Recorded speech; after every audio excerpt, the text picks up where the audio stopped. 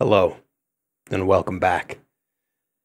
It's funny, I was just rewatching the last episode I posted, and I'm going to say the same thing again.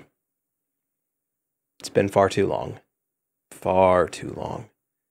I've seen your comments, the ones noting that I have yet to finish the book. Life has been happening a lot over the last year. Good, bad, a lot of it. But we're going to finish this book. Or we're going to get really, really close. It's been so long, in fact, that we're now reading from hardcover. So, thank you for tuning in. Got my water. I've got the book. And let's jump right back in to The Legend of Luke by Brian Jacques. Book 3, A Warrior's Legacy, Chapter 35. Can't guarantee that all the voices will be the same. Sunlight lanced through into the cabin of the Arf ship. Dust motes swirled lazily about the still-lit lanterns. Denno took the rock crystal glasses from his nose and placed them on the closed book in front of him. Yawning and rubbing his eyes gently, he leaned back and stared up at the noon sky. So, now you know everything, Martin of Redwall. That's the whole story, as best as we could remember. All eyes were on the stone-faced warrior, awaiting his reaction. After what seemed like an interminable silence, he spoke. Am I to understand, then, that my father wrecked the Gorlich on the big column, knowing that he would die? Bo wiped a paw across his eyes and sniffed. Aye, that he did. That's what he did, old lad. Wounded almost to death with Rangivar Fodeseeker, holding off almost an entire vermin crew so Luke and her could have their revenge on Vilu Daskar, the red ship, and all that had caused them to lose their loved ones. By the fur, blood, tooth, and sword, two braver warriors never lived. Verg grasped the warrior mouse's paw tightly. They did it for you, for all of us, Martin. Every beast who'd ever suffered by the wickedness of Daskar and his red ship. Luke was past caring about what happened to himself, Rangivar too.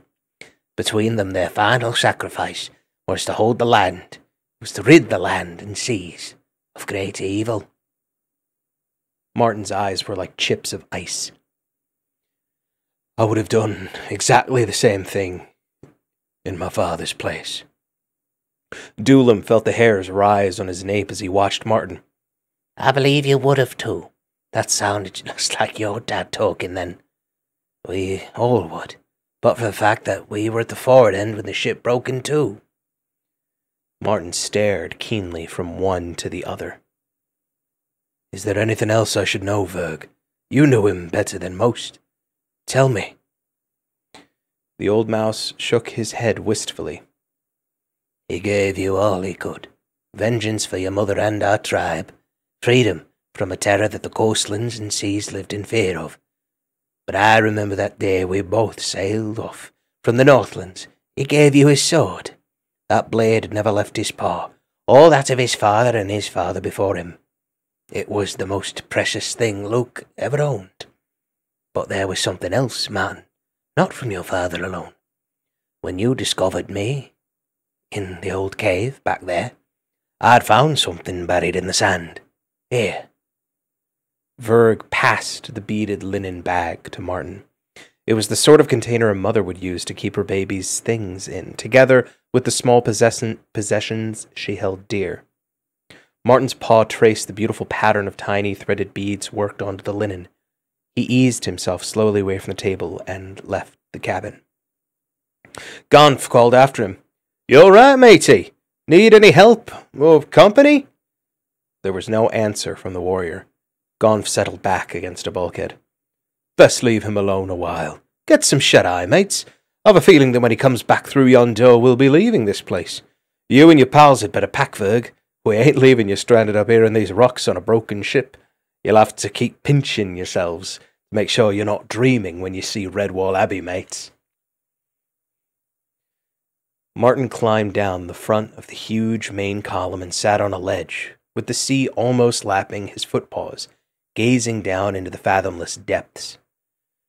Somewhere down far below lay the stern of the Gorleech, with his father Luke the warrior pinning Vilu Daskar against the steering wheel, holding his enemy in an internal embrace. Around them would be strewn the pirate stoat's vermin guard, and Luke's berserk friend Rangivar Foeseeker. Pride surged through Martin. His father and the Black Squirrel had kept their vows, and they were the bravest of the brave. True warriors. Martin sat there a long time, staring at the spot where sunlight ended in sea-green haze. From that beaded bag he took a stone, a rounded, medium-sized pebble banded with various colors, the sort his father might have picked up from the beach long ago and brought it back to the cave for his wife or little son. Martin held it a while, until the stone took on warmth from his paws. Then he dropped it gently into the sea, watching it sink rapidly from sight in the depths. "This is for you, my father, from Sena, the wife you lost, and Martin, the son you strove to return to.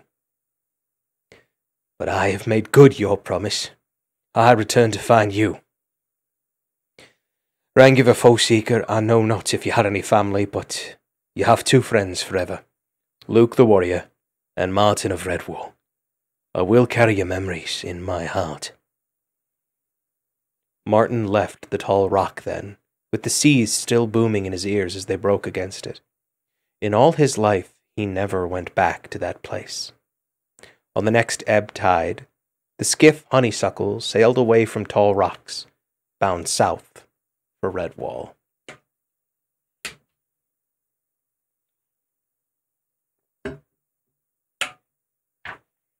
Skipper of Otters craned his head back, staring up into the pale blue summer morn. Bella, the badger mother of Redwall, waited patiently, knowing what the burly friend's question would be. "Course I could tell the squirrels to set up more scaffolding at the south end, marm, but why, pray?" Bella spread her paws wide, as if the answer were obvious. "Because summer is nearly done, and autumn will soon be here." Sitting back on his powerful tail, the big otter shrugged. "'Fraid you've lost me, marm. What difference will that make? Autumn always followed summer. 'Tis the way of the seasons. What's that got to do with scaffolding?" Bella sat beside him, fiddling with the strings of her apron. "Mayhap 'tis just a foolish fancy of mine, Skip, but I'd like to see the south gable built right up as far as it will reach. According to Abbess Germain and Martin's plans, that's where the weather vane will be, at the highest point." Columbine approached them and sat down, unfolding a clean white linen cloth to reveal a scone still warm from the window ledge where it had lain to cool. "Taste that and tell me what you think." Breaking it in two, she gave them each a piece. Bella inspected the pastry, sniffing it appreciatively. "Smells wonderful. I can see chopped nuts and bits of crystallized honey in there. But tell me, why is the scone pink?" "Because it's a Redwall Abbey scone," the pretty mousewife explained. "I used wild cherry juice in the mix to give it the color of our walls. I plan on making them into the shape of the sandstone blocks we've used to build our abbey with. Do you like them, Skip?" The otter had bolted his piece down in one great mouthful, and now he picked crumbs from his whisker and nibbled them. "Very tasty, Columbine, marm. Exceeding nice. But you're going to need a big oven to bake 'em as big as sandstone blocks." Columbine gave Skipper a playful shove. "Oh, you great puddin'-headed river dog. They'll only be little scones baked in the shape of the big stones." The otter chieftain scratched his head. Seems I can't get a thing right today. You know why autumn follows summer, and that's why the squirrels need to build more scaffolding so that we can build up the south gable into its peak with a weather vane atop? 'Cause I'm blowed if and I do, old puddin' head that I am." Columbine hugged Bella's huge paw. "Oh, what a lovely, wonderful idea. Our south gable built high with a weather vane sticking up on it. When my gonf comes marching down the path with Martin and Dinny and Trimp, why, they'll be able to see it from a great distance. How nice." A slow smile spread across Skipper's face as the reason for Bella's request dawned on him. So that's it! Swoggle me, rudder! Why didn't I think of that? He fell backward as Belle and Columbine tugged his footpaws, chuckling aloud as they chorused together. "'Cause you're a great puddin'-headed old river dog." Bella made the announcement right after breakfast. It was wholeheartedly supported by all the creatures of the Redwall.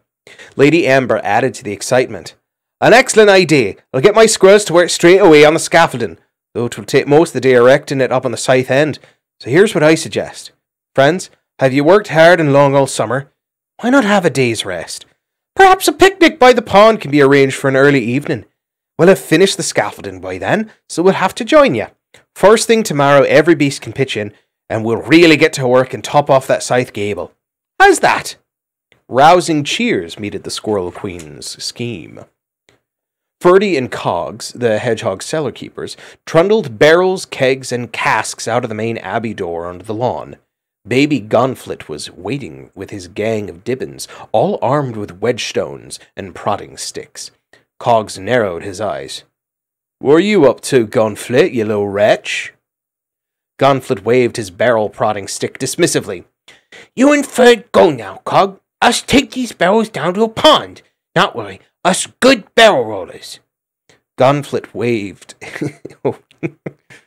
Cogs exchanged glances with his twin brother. "What do you reckon, Ferdy? Shall we let 'em?" Ferdy smiled at the Dibbins, who were dancing about waving their sticks eagerly. "Aye, they got to learn sometime, I suppose. But roll that big barrel of strawberry fizz slow now, Gonflit, and go easy with those firkins of elderberry wine. And the rest of you, stay behind the barrels all the way. Don't go running in front. We don't want your mamas after our blood, 'cause you've been run down by some keg or cask." Bella walked by, followed by a group of Redwallers carrying canvas and poles. "We'll make a good lean-to," the Badger Mother was saying. "It'll provide shade for the food, and the elders can rest there. Mayberry, will you and Catkin get a trolley, line it with blankets, and fetch Abbess Germaine down to the pond? Go easy with her, please. Remember, she's very old and frail." Mayberry and Catkin, the two otter maids, bobbed curtsies to Bella and trotted off, feeling very important. Columbine supervised the kitchens, bringing order and calm to the bustle of cooks and helpers. "Clear those window ledges of scones now. We need room for the turnip and parsley flans to cool. Miss Woodspike, would you like to top those blackberry tarts off with meadow cream? I don't know any beast who does it as neat as you do. Mr. Pitclaw, could you please help me to get the oat loaves out of the ovens, please? Oh, and tell your moles we need more charcoal to heat that back oven for cheese and mushroom flans. No, don't worry about your deeper river pie. I'll watch it while you are gone. Now let me see. Strawberry shortcake, rhubarb crumble, leek, and onion turnovers, deep apple pie. Is that everything? Oh, dearie me, I've forgotten the salad." A fat, bewhiskered bank vole broke in on Columbine's musing. "Never fret, missus. I've been chopping salad and mixing it since hour after breakfast. 'Tis just about made. Rubby, do we remember to pick some fennel?" A jolly-looking old mole dug both claws into his apron pocket, rocking back and forth as he announced, "You may have forgotten any fennel, sir, but I bain't. I gertly likes my salad well fennelled. Roy." Beamingly, he pointed to a sizable pile of fennel. Lady Amber stood high on the south gable, heading the line of squirrels passing up thick yew scaffolding poles to another, with knives held in their teeth and lengths of stout cord draped over their shoulders. They chatted away nonchalantly, clinging by tails and paws from their perilous positions. Below them, the lawns of Redwall Abbey looked like a series of green kerchiefs. "Shut me that big un with the forked top, Barco. Aye, that's the one. Ashtwig, grab this end while I tie it off to the main platform. Pass more cords up, will ye?" Swift and sure they toiled away, with a clear blue sky above and breathtaking void beneath them. "Looks nice and cool down by that pond. They're putting a lean-to up, see? Aye, and look it. There's Miss Columbine and the others carrying trays of victuals from the Abbey. What's that noise? My tummy, mate. I can almost smell cheese and mushroom flans from up here. Suppose they don't start afore we get down. If you don't cut the gab and tie off that pole, we'll be up here come this time tomorrow. Shape yourself, matey." Mayberry and Catkin delivered Abbess Germaine to Bella, who was waiting beneath the canvas awning. Both the otter maids bobbed and curtsied together. "Here she is, miss, safe and sound, Miss Bella. Snug as a bug in a rug, with all the other cushions and blankets, Miss Bell. We was very, very careful with her, ma'am." Twinkle-eyed, the ancient abbess peered out of the trolley. If they'd pushed me any slower, we would have stopped. 2 snails passed us on the way, would you believe?" Both otter maids' lips began to tremble. Abbess Germain chuckled, nodding fondly at them. "Oh, don't fret, little maids. I was jesting. An old fogey like me couldn't ask for a more gentle or better care than you two showed me. Cheer up now." Bella ruffled the ears of both affectionately. "That's why I sent them. Mabry and Catkin are my 2 best and most trusted helpers. Run along now, you 2. Smiling and curtsying, they prepared to skip off. "Thank you, Miss Bell. Nice to be of service to you. And to you, Mother Abbess. Just call if you needs us." Germaine was a bit warm. She shrugged off the blankets as she watched the 2 otter maids looking for others to assist. "Such good little things, Bella. A credit to Redwall, eh?" "I'll say they are. They're both Skipper's granddaughters, you know. I was only saying to him the other day—" "Look out! Every beast out of the way!" Amid squeaks of dismay and great bumping and rumbling, Bella seized both Abbess and trolley. Heaving them up onto her strong paws, she dashed away from the lean-to, and not a moment too soon. Gonflit and his Dibbins had let Cogs and Ferdy's cellar stock get away from them. Down the slope, a thundering stampede of kegs, barrels, firkins, and casks leaped, bounced, and spun. In their wake came Gonflit and his gang of little abbey creatures, hallooing and whooping wildly. Bella ducked, covering the abbess with her body, as a keg of penny cloud cordial bounced and whizzed by overhead, missing the badger's ears by a whisker. In a trice, the lean-to was leveled, flattened to the ground. In a resounding boom of splashes, the picnic drinks in their oaken containers hit the pond surface, drenching every beast within range in a cascade of pond water. Dripping from ears to tail, Bella turned to the saturated gang of Dibbins. Gonflit grinned from ear to ear, pointing with his stick at the array of floating barrels bobbing about in the pond. "All good to go fast to start, Miss Bell, but pond keep the drinks nice and cool, I think." Bella could not be angry in the face of the little fellow's irresistible charm, though she hid a smile and tried to sound stern. "I knew a young mouse one time who was just like you, a scamp, a rascal, and a complete pickle." Gonflit pawed water from his eye, wrinkling his nose as he stared up at the big badger mother. "What was his name, Miss Bell?" The huge striped muzzle lowered until it was level with Gonflit's face. "If I recall rightly, his name was Gonf." This sent the tiny mouse into trucks of laughter. Waving his stick, he'd raced off with his Dibbin gang, shouting, "Just wait till I tell my daddy, you scamp, rascal, pickler! That's what Miss Bell call you!" Creakily, Abbess Germain emerged from the swath of blankets and cushions in her trolley. She began sorting out poles from the pile of collapsed canvas. 'Tis some long season since I built a lean-to.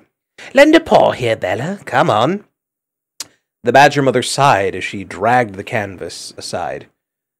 "Gonf was right, though. The pond will keep those barrels nice and cool on a day like this, Mother Abbess."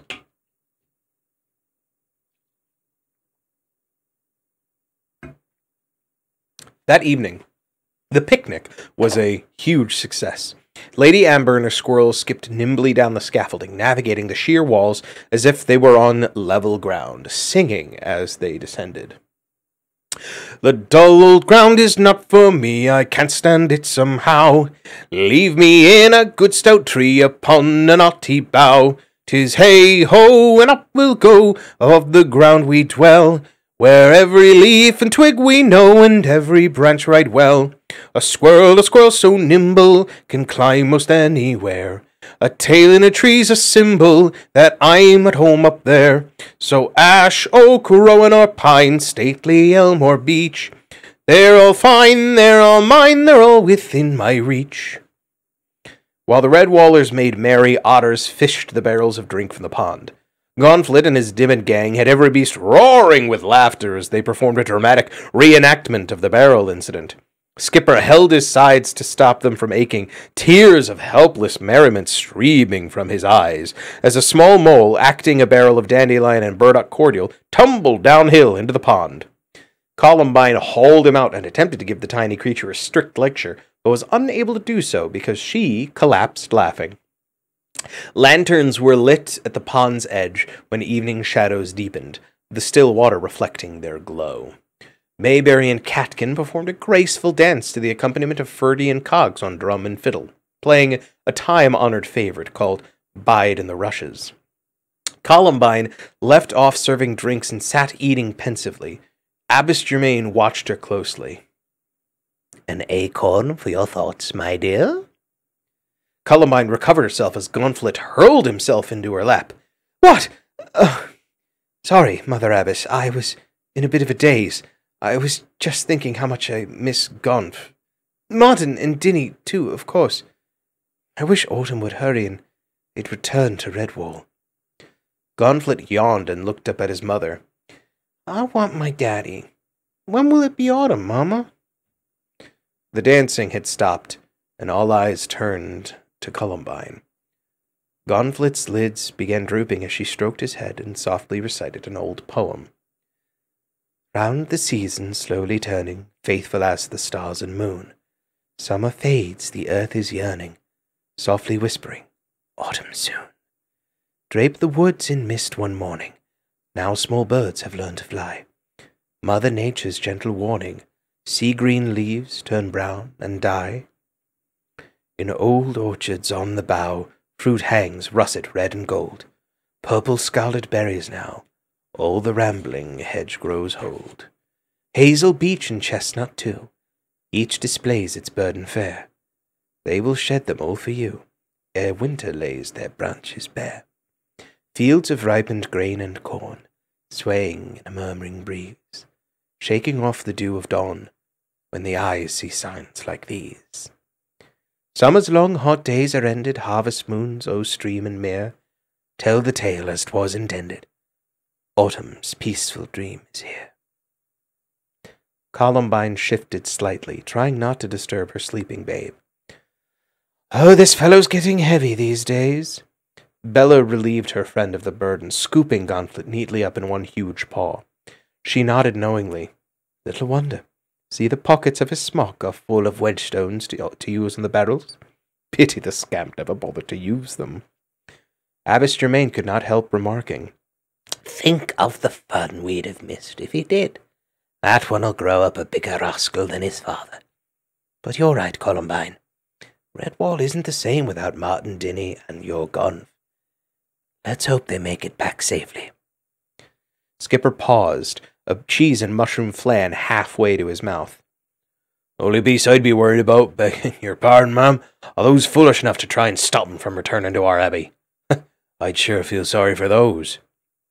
Columbine topped the otter's beaker up with October ale. I suppose you're right, Skip, but my Gonf attracts trouble no matter where he is. I think he enjoys it. Abbess Germain patted the mousewife's paw. That's why he has two good friends. Martin, who has never been defeated by any beast, and Dinny, full of caution and sensible mole logic. Don't fret yourself over those three, my dear. They could overcome anything. Bella winked at Skipper to lighten the evening's end and take Columbine's mind off worries about Gonf and his friends. Getting late, Skip. Come on, you haven't sung tonight. Send us off to your beds with one of your funny little ditties. The burly otter was only too willing to oblige. Good night, sleep tight. Don't forget to close the door. Good night, sleep tight. And use the bed and not the floor. Good night, sleep tight. Now don't you let me hear you snore. Good night, sleep tight. And don't sleepwalk anymore. Blow out the candle, turn down the bed. Stop your yawning sleepy head. Good night, sleep tight. Up the wooden stairs you creep. Good night, sleep tight. Put on your nightie, go to sleep. Good night, sleep tight. Stop that tugging in your dreams. Good night, sleep tight. Don't rip your sheets to smithereens. If a nightmare starts to show, and you wake me up, oh ho. Out the window you will go, good night. Leaving the pond side, they trooped slowly back to the abbey, Bella in the lead carrying the sleeping Gonflet. Columbine linking paws with the otter maids, Ferdy and Cogs pulling the trolley in which the abbess slumbered, followed by all the other beasts. Skipper brought up the rear of the procession, singing as quietly as his big gruff voice would allow. Every beast joined in, keeping their voices low, the catchy melody acting as a gentle march, echoing softly over moonlit abbey lawns. As they entered the main abbey door, a vagrant breeze ruffled Bella's fur. She shuddered slightly and whispered to Columbine, "Bit of a chill in the air just then." Gonflet, who was supposed to be fast asleep, opened one eye and grinned cheekily. "Soon beat autumn now, Miss Bell." And that is where we'll end this episode. Thank you so much for joining me. We're going to finish this book, I promise. If you want to stick around for the ending, feel free to subscribe, but don't worry too much about it. Until next time, stay safe, be well. Bye-bye.